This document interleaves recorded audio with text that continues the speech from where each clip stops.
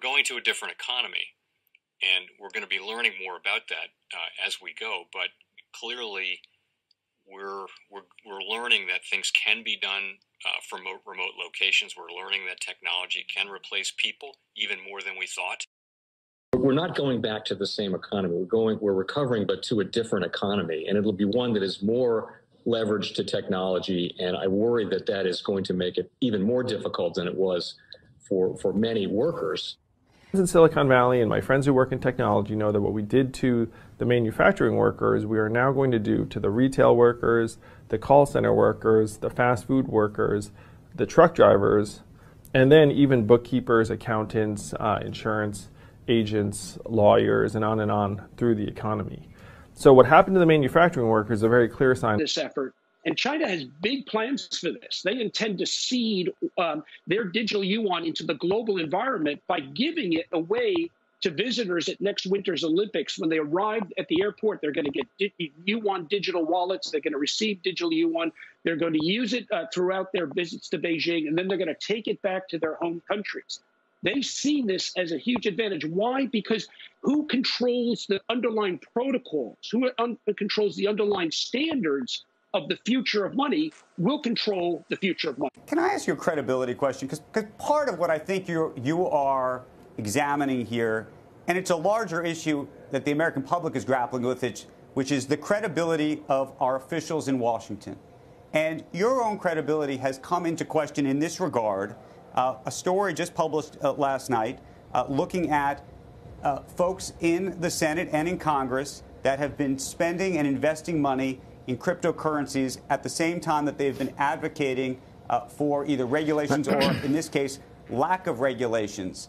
And I want you to speak to it because I think that there are folks who watch the show. We see you and we talk to you a lot. And how you think the American public should think about that. Yeah, so I think this is a complete non-issue that people like to bring up. I have had a very simple investment strategy my entire adult life since I first accumulated savings, and that is to diversify. I have neither the time nor the skill set to be a stock picker, so I generally diversify.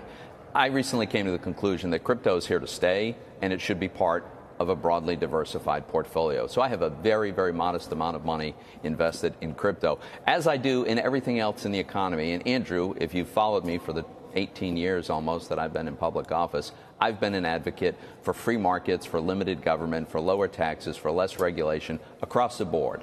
I don't think there are even any exceptions. So I'm being completely consistent. Everything we do has to be disclosed. We file reports regularly on all of the transactions we engage in. Anybody can see what I buy, what I sell, when I buy it, when I sell it. So I think this is a complete non-issue. And you think it should impact your positions on issues or no? And how do you worry about the public perception of it? No, you know, in 18 years of traveling around Pennsylvania and representing Pennsylvanians, this has never once come up from the people that I represent. Comes up in the media sometimes. Welcome to the Crypto Teacher. And guys, you know, I come back with that video just to make you think. And we have Congress validating crypto. Bitcoin and crypto is not going anywhere. But we already know it. It's for the fourth industrial revolution. But why are they agreeing now? The reason why, because we know what the Fed has to do. They have to raise interest rates. They have to roll off this balance sheet and stop QE. And what is that going to do with crypto? Remember, crypto is still speculation phase. It's going to make it seem like it's going to be destroyed. And the masses are going to forget all about it. But as the New World Order builds the fourth industrial revolution, we know conflict is going to happen either with us or China and Taiwan. And that's going to give us the signal that crypto is about to rise. We had the Fed minutes come out, and we know for a fact things are about to get bad. Remember, the Crypto Teacher warned you a long time ago.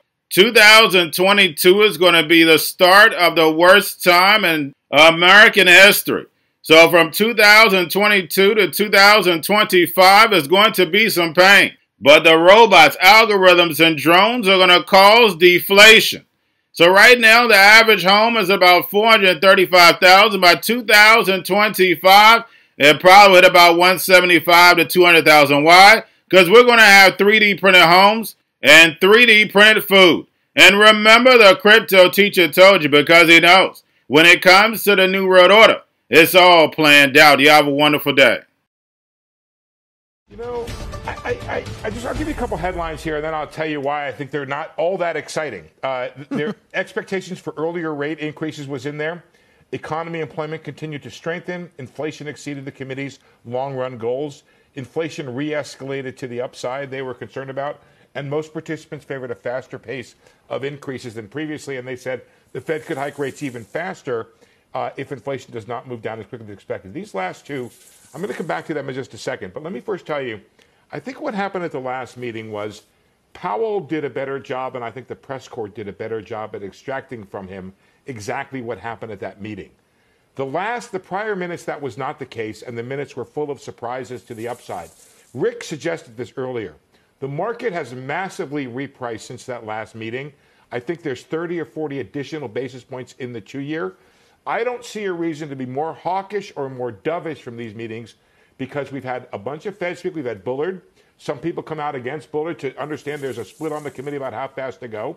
Now I'll come back to those last two headlines that I read to you. The first one says, we're going to go faster than we said previously, and we'll go faster still if inflation doesn't move down.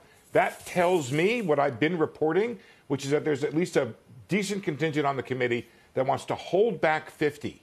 Do your 25s. One of your guests just said, I was listening while I was reading, go in series of 25s, go back, review mid-year, use 50s as the next gear if you need it, if inflation is not responding. That's what I read from these two headlines. It's me doing a lot of reading between the lines there. But overall, the new hawkishness of the committee overall and balance sheet reduction has been priced in by this market. I don't see any additional surprises here.